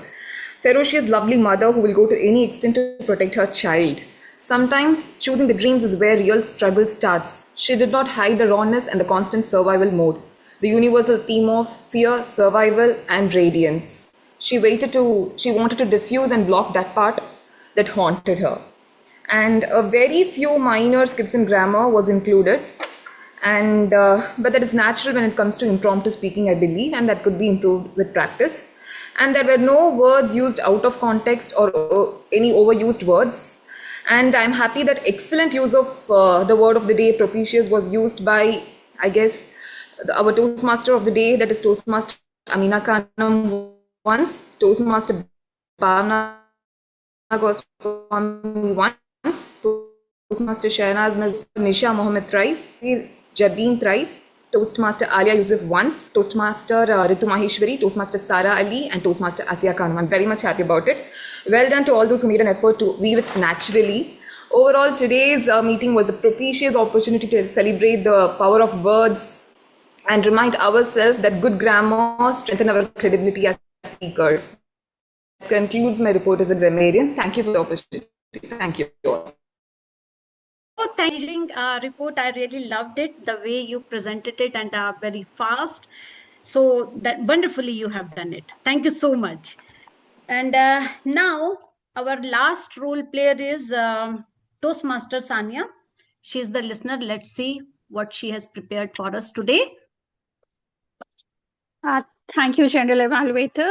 After having such an immersed, impactful, and stimulating meeting today, I'm very much sure that the answers to my question will be prompt enough. So, well, my first question to all of you is, in our today's speech, Toastmaster Sakshi, she talked about Charity Week Qatar. In which year she was part of this charity? 2020? 22. 2022. Mm. She was part of it in 2024 and 2025. In 2022, she started, she got to know about it. Okay. My next question is, our speaker Sakshi learned 3 things from her failure. What were those 3 things? Never give up. Never. And don't tell your weakness to others. Wonderful. Great. And the third one is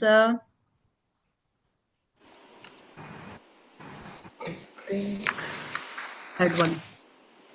Okay, she said that don't fly high if you achieve something. Yeah, don't fly high. Yeah. Yeah. My next question is, which movie changed Viola Davis' career in the year 2008? Was it Doubt? Right, correct.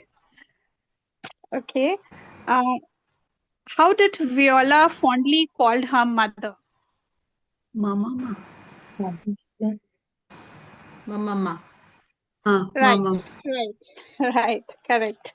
How many sisters did Viola have? 5. 4. No, 4 sisters. no, 3. 3 sisters. Right, 3, and then the sisters. 4th one came in much later. I did mention that there was a 4th, Yeah, Daniela, that that's came in 12 years later. Okay, 12 okay, years. okay. Yes. So Okay. totally they have 5 sisters, yeah? Totally, there were 5 girls and a boy. Yes. Okay. In which drama school did Viola Davis went? Juilliard? Right, correct. That's all from my side, General Evaluator. Back Thank to you you. so much, Toastmaster Sanya. That was really a very engaging session. You really paid a lot of attention, and you made us listen the whole meeting thoroughly, carefully. Didn't we Thank all you. enjoy this session? Yes, definitely. Yes. Okay, now it's time to see my observation about the whole meeting. I'm trying to be sugarcoating. Really, I'm trying my level best, but I'm not good in that. Okay, so Sergeant at Arms, Toastmaster Bhavna, really, you said the meeting very well. You stated the mission of the Toastmaster. And what I like about you have given us time to just rename ourselves, and also you have given us time to just mute ourselves. So that was the wonderfully, because see, people tell the ground rules, but they don't give us the time to do the things. But here you have given us time Madam to do General it. Evaluator, Sergeant at Arm was Toastmaster Richa. She left the meeting. Oh yeah, Richa. Sorry. Yes. I'm really very sorry. So Richa, yes, you did a fabulous job on that part. So I took the wrong name. Just pardon me on that. But you really did it. That's what the points I have noted down for you. Sergeant at Arms, I didn't write the name. Only I wrote, sorry about it.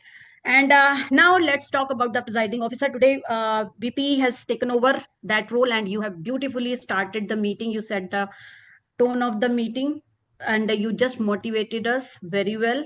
Well done on that part. Uh, TMOD. My God, what I have really no words to say. How beautifully, you just read all the chapters of the, and you engaged us thoroughly of this story. Vividly you explained, and chapter by chapters, I just went so curious what you are going to narrate again. My God, beautifully you have done this job, really. So just let's give a big round of applause to our Toastmaster of the day, the way he did this. And you have narrated all the introductions clearly, and you have not dropped any ball while doing your role. Believe me, Toastmaster Amina. Okay, now let's go to the panel discussion. Mind-blowing panel discussion today. And let's give a big round of applause to the moderator and all the panelists. Wonderful job. Really, all of you have done. The structure of the and the flow of the panel discussion was very well executed. And it was, very easy to follow the whole structure. It was so well conducted. And the moderator was really very effective, Toastmaster Shehnaz.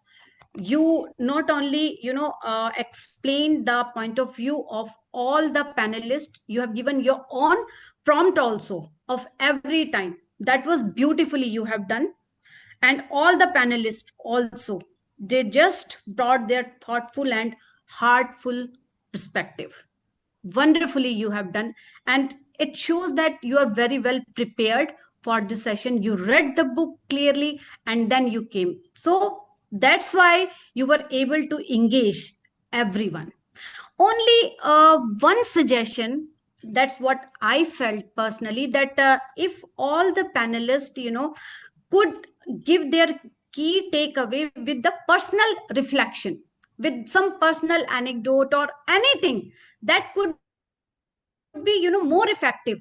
Like you have talked about resilience, you have talked about the, because it was a story of the self discovery and the identity, and we are here in the Toastmasters to rediscover ourselves, isn't it? So if you could connect, somehow with your personal thing, that will be more engaging and more effective. Only that's only my recommendation for you all, for the, that's it. And now let's talk about master. My God, Toastmaster Kesser, what an innovative and, interesting way to conduct this session. You took us to the introspective mode today and give us a personality check. Beautifully you have done. I really thoroughly enjoyed. Only one suggestion for you, that you could pick any one of us, and ask them to define yourself in the trait they have mentioned. Like suppose if somebody is chosen option A, so you could pick anyone, so that would have given a chance to speak about them, and that is also fulfill the objective of this session. In this session we have to make people speak, those who didn't get a chance. Okay, only that suggestion. Otherwise I really enjoyed. This is the very innovative way to conduct the session. And here and only two recommendations I just want to give. Overall meeting is really very well conducted. If you could give 1 minute time to the evaluator to write down their evaluation. And one more thing, that while preparing your agenda, if you could mention the name of the path, like Toastmaster Sakshi, or she is from which pathway, so that could help to identify the objectives of the her. Like suppose I was just researching on, okay, in which pathway she was doing her this level 5, so that would make us easy this job. Okay, otherwise I really enjoyed, and thank you once again for inviting me for this meeting. Here now it's time to signing off. I'm giving control back to the Toastmaster of the day, Toastmaster Amina. Thank you so much, Toastmaster Ritu. That was a really helpful evaluation, I would say. Honest, very, genuine, valid. It's not sugarcoating. I don't think you need to sugarcoat. You really motivated all of us so much today. And we're going to take all of your feedback and implement that in our upcoming meetings and projects. Thank you very much. Now, coming to the end of this book. This is not the end of the book actually, but a very important part. Some roles come along that expose your vulnerability. Annalise Keating was one of them. I had to make peace with who I was. I was a dark-skinned woman, close to 50 years old, in a leading role on network television. And I had two choices. Either apologize for who I was and alter myself to fit in, or stay true to myself and make Annalise me. I chose me. That was a huge busting out moment. I achieved on a different level than awards. I was finding me. Ladies and gentlemen, from the dungeon of 128, the hell that was her home, to the power and the recognition that comes with the Oscars, the Emmys, the Tonys, you name it. Viola Davis achieved it all. Her journey asks one burning question: does she truly find herself? That answer, dear audience, is waiting for you in the pages of Finding Me. And I encourage all of you, if you haven't already wanted to read, go ahead and read that book. With that, I sign off for the day and hand over the control back to our presiding officer, Toastmaster Bhavna, to adjourn the meeting for the day. Over to you, Toastmaster Bhavna. Thank you, Toastmaster Amina. As we conclude today's books and banter session, I want to sincerely thank all our members who showed up tonight. Your energy, insights, and dedication makes this club truly special. A heartfelt appreciation goes to our Toastmaster of the day, Amina, for making this meeting as special as usual, and to all our role players who showed up tonight despite all challenges and came together to make another successful and inspiring sessions. And I would like to thank Toastmaster Ritu. I think she left the meeting or what, for graciously accepting our invitation and guiding us. Special thanks to Shehnaz Mirza and our amazing panels of readers for leading the insightful discussion on Viola Davis' journey. So in Finding Me. Her story reminds us that embracing our truth, persevering through challenges, and honoring our own voices are key to growth, both personally and professionally. So let's take a page from Viola Davis's life to be bold, to keep discovering ourselves, and to turn every challenge into a stepping stone. By this, I officially adjourn meeting number 3 of book. Thank you all for making, and I look forward to our next session. Have a really, really, really good night. Thank you so much. Thank you so much, everyone. I'd just like to quickly, before we leave, hear from Toastmaster Sara and Toastmaster Naila because they are our guests on your thoughts on the meeting and any feedback for us to improve.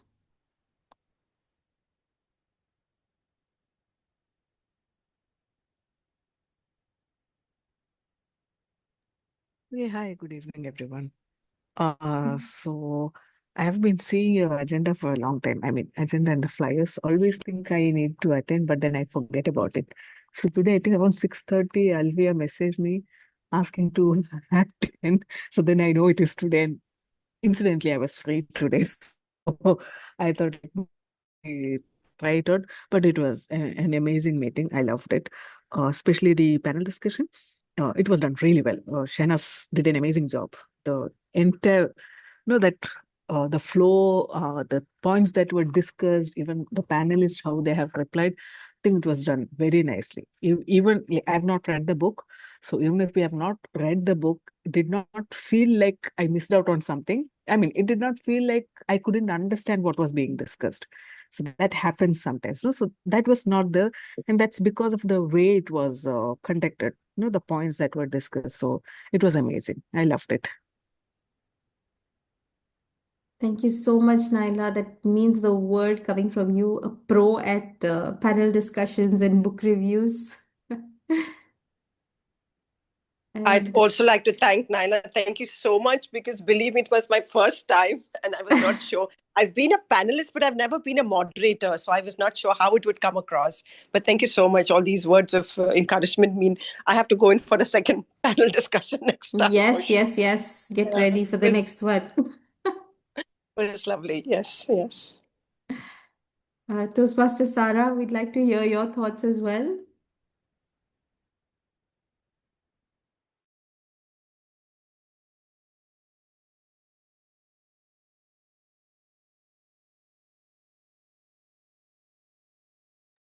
Seems like she left. Anyway, anyone else would like to share? Oh, Toastmaster Priyanka as well as a guest. Toastmaster Priyanka, please do share your thoughts, any words of feedback that we can improve on. It's been just good evening to each and every one of you. It's just been 2 months of my journey with Toastmasters, and I have been exploring a lot of clubs. And I'm not a regular book reader, but still, I was able to fetch a lot of information today, and hope I inculcate this into my daily life. And thank you for this opportunity. I would like to extend heartfelt gratitude to each and everyone present here. It was indeed a great evening and a great meeting too. Thank you. Thank you. Thank you. Thank you so much, Toastmaster Priyanka. And anyone else, if you want to share any thoughts, you're more than welcome. The meeting is ended. Let me stop recording as well.